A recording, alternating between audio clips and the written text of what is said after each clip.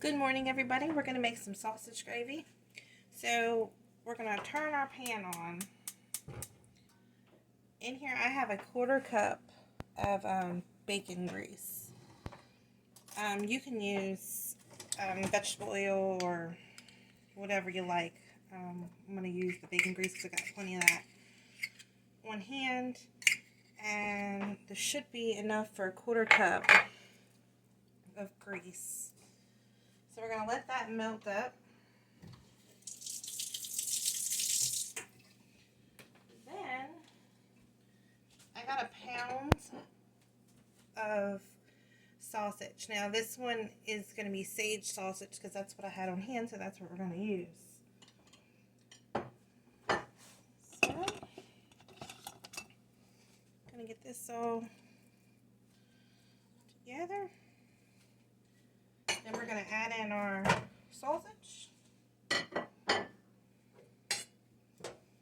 And we're going to cook this up until it's brown and it's all cooked throughout. So it's going to take, I don't know, probably about like 10 minutes. So once I get this a little bit brown, I'll come back and we're going to go to the next step. So we're getting this all cooked up. Now the reason we add the grease is because the sausage doesn't produce enough grease. So if you find that it's still not enough grease, you're going to have to add a little bit more. So to this, we're going to add 1/2 teaspoon of pepper. Now you can season to your taste. And if you don't want to over salt, because you can add it, but you can't take it out. So we're going to do 1 teaspoon of salt and 1/2 teaspoon of pepper. We're going to get this all stirred together.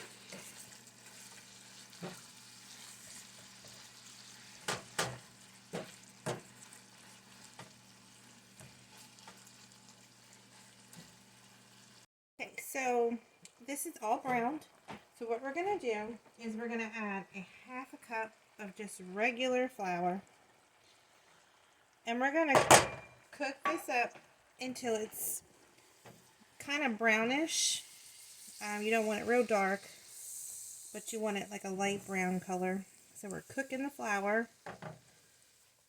We're going to get it all mixed together.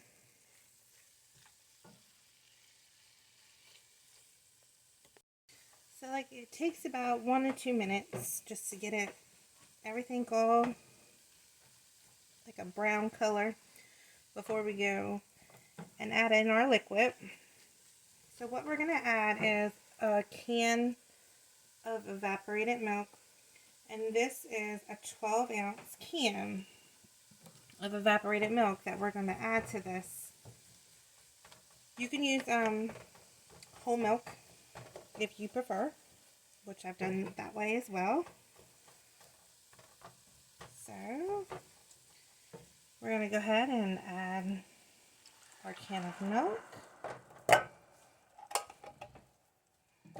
Then we're going to give this a little stir.